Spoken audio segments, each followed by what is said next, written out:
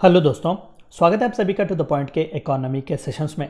आज के इस चैप्टर में हम फाइनेंशियल इंक्लूजन के बारे में बात करेंगे। इंक्लूजन यानी कि सबको लेकर चलना, सबको इंक्लूड करना। आपने कई बार प्राइम मिनिस्टर मोदी के ज़बान से ये नारा सुना होगा, सबका साथ सबका विकास। तो उसी तरीके से बेस्ट एग्जांपल अगर मैं दे सकूं तो जनधन योजना जो आपने देखी हुई थी वो फाइनेंशियल इंक्लूजन के लिए थी, यानी कि गरीब से गरीब लोग भी हमारे इस फाइनेंशियल सिस्टम का हिस्सा बने, वो भी एक बैंक अकाउंट उनके पास हो, उन्हें भी क्रेडिट फैसिलिटीज़ वगैरह दिया जाए। तो इस तरीके से फाइनेंशियल इंस्टीट्यूशन इसे कहा जाता है। तो इस चैप्टर में थोड़ा बहुत फाइनेंशियल इंक्लूजन के बारे में हम बात करने की कोशिश करेंगे। तो आइए शुरू करते हैं। Financial inclusion is about broadening the financial services to those people who do not have access to financial services। जिसने आज तक कभी भी बैंक में जो कभी गया नहीं, बैंक का अकाउंट उसके पास नहीं था, बैंक से वो कभी लोन उसने नहीं लिया, हमारे इंडियन फाइनेंशियल सिस्टम का वो हिस्सा कभी था ही नहीं, बस वो लेबर की तरह जी रहा था, जो कुछ भी आ रहा था पैसा वो खर्च कर रहा था और जी रहा था। तो ऐसा ना हो, उसे भी सेविंग्स हो, उस पर भी इंश्योरेंस वगैरह हम पे करें, वो भी इंश्योरेंस पेनिट्रेशन का हिस्सा हो। तो इस तरीके से उसे भी मेन स्ट्रीम फाइनेंशियल सर्विसेज का हिस्सा बनाया जाए, उसे भी एक्सेस प्रोवाइड करें। This is what financial inclusion is all about. The deepening of financial services for people who have minimal financial services, ज्यादा से ज्यादा लोगों तक जो है फाइनेंशियल सर्विसेज पहुंचे। Greater financial literacy and consumer protection so that people can appropriate choices, क्योंकि जब फाइनेंशियल लिटरेसी उन्हें आएगी, कंज्यूमर प्रोटेक्शन तभी ज़्यादा से ज़्यादा पड़ेगा। उन्हें पता चलेगा कि उनके चॉइसेस क्या हैं, कहाँ कहाँ पर खर्च कर सकते हैं, कहाँ कहाँ पर नहीं करना चाहिए, फैसिलिटीज़ कहाँ पर हैं, कैसा इन्वेस्ट करें, कैसा इंश्योरेंस होना चाहिए, सेविंग्स क्या होते हैं, इन सभी के बारे में उन्हें अवेयरनेस आएगा। तो तभी अप्रोप्रिएट चॉइसेस वो कर सकते हैं। This is indirectly empowering the common citizen of a country. The importance of financial inclusion is both moral as one as economic efficiency one. सबसे पहले तो ऑफकोर्स इकोनॉमिक एफिशिएंसी तो बढ़ेगी, ज़्यादा से ज़्यादा बैंकिंग इंस्टीट्यूशंस का हम इस्तेमाल करेंगे, सभी जो है वो मेजर बैंकिंग सेक्टर नहीं इंडियन इकोनॉमी का वो हिस्सा बनेंगे। लेकिन दिस इज ऑल्सो मॉरल। क्यों? क्योंकि देखिए बेस्ट एग्जाम्पल मैं दे सकता हूँ, मान लेते हैं कि एक रेलवे की टिकट बुक करनी है, आपको पता है कि ऑनलाइन आपको ऑनलाइन बुक करना आपको पता है, तो इमीडिएटली आप घर बैठे ही ऑनलाइन बुक करते हैं। लेकिन एक रूरल एरिया वाले को पता नहीं चलता कि ऑनलाइन इसे बुक किस तरीके से करते हैं। वो तो बेचारा जाकर सुबह से शाम तक लाइन में खड़े होता है एक टिकट बुक करने के लिए। But on the same way आप बस 1 या 2 मिनट के टाइम फ्रेम में ही ऑनलाइन अपने ऐप से टिकट बुक किया हुआ है। तो इस तरीके से आप पर एक मॉरल ऑब्लिगेशन है कि उस तक भी इंफॉर्मेशन पहुंचाया जाए। तो इसी तरीके से बैंकिंग के जो इंस्टीट्यूशंस हैं, लोन क्रेडिट के इंस्टीट्यूशंस हैं, या फिर किस तरीके से स्कीम्स चलते हैं, फाइनेंशियल इंस्टीट्यूशंस के फाइनेंशियल सर्विसेज उन अनप्रिविलेज तक किस तरीके से पहुंचा सकते हैं। This is what all about is financial inclusion. तो ये moral as well as economic efficiency से रिलेटेड है। The need for financial inclusion, तो फाइनेंशियल इंक्लूजन होना किस लिए चाहिए? Free poor from the clutches of money lenders. अभी मैंने जैसा कहा कि कई लोग अनपढ़ होते हैं, एग्रीकल्चर पेजेंट्स वगैरह, तो उन्हें पता नहीं चलता कि इंस्टीट्यूशनलाइज्ड बैंक्स जो है वो लेंड करते हैं, कई स्कीम्स आते हैं, सब्सिडाइज लोन्स वगैरह दिए जाते हैं, उन्हें पता नहीं, तो अवेयरनेस उनके पास नहीं होती, तो मनी लेंडर्स के पास ही वो बार बार जाते हैं।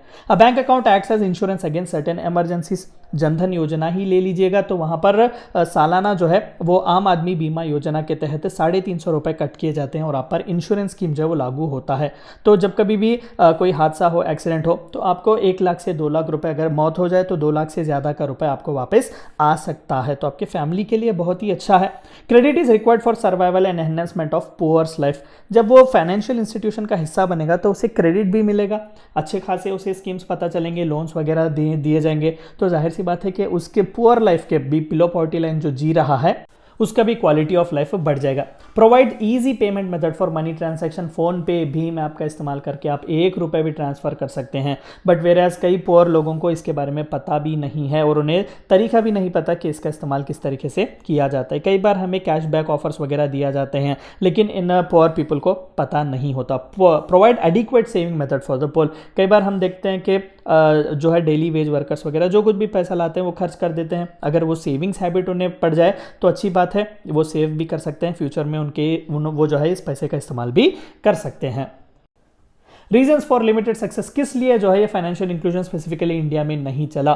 Complicated KYC norms, know your customer के नॉर्म्स जो है, आधार कार्ड मांगते हैं, पैन कार्ड मांगते हैं, एड्रेस प्रूफ मांगते हैं, इस तरीके के 25-30 डॉक्यूमेंट्स मांगते हैं। कहाँ से लाएगा वो अनपढ़? Lack of awareness among poor लोगों को पता ही नहीं है कि बैंक का अकाउंट खोलते किस तरीके से हैं।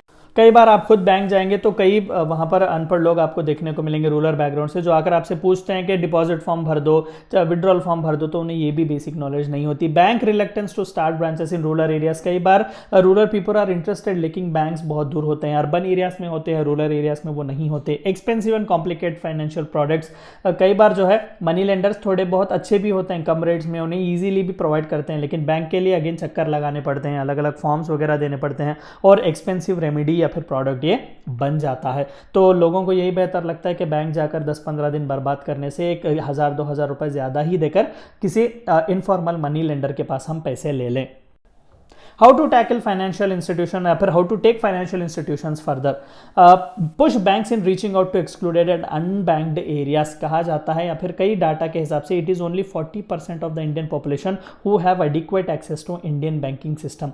60% पॉपुलेशन ऐसे हैं जिन्हें बैंक का फैसिलिटी का एक्सेस भी नहीं है। Encourage a network of universal access, best example अगर मैं दे सकूं तो भारत सरकार इस बीच कई बैंक्स को जो है मर्ज कर रही है, यही एक रीजन है कि एक्सेस उनका बढ़ाना चाहते हैं, नेटवर्क उनका बढ़ाना चाहते हैं। Hassle free process and less bureaucratic process during credit disbursement, जो लोन्स वगैरह दिए जाते हैं, जो प्रोसेस होते हैं, फीस वगैरह होते हैं, जो पेपर KYC नॉर्म्स वगैरह आप मंगवाते हैं, उन्हें थोड़ा बहुत कम कीजिएगा और ब्यूरोक्रेटिक कंट्रोल को भी कम कीजिएगा। ज़्यादातर बैंकिंग्स पर ही और स्पेसिफिकली बैंकिंग के रीजन्स पर डिपेंड होने की ज़रूरत है कि किस तरीके की नीड है, और इमीडिएट डिसीजन मेकिंग स्किल्स भी बहुत ही ज़रूरी होते हैं।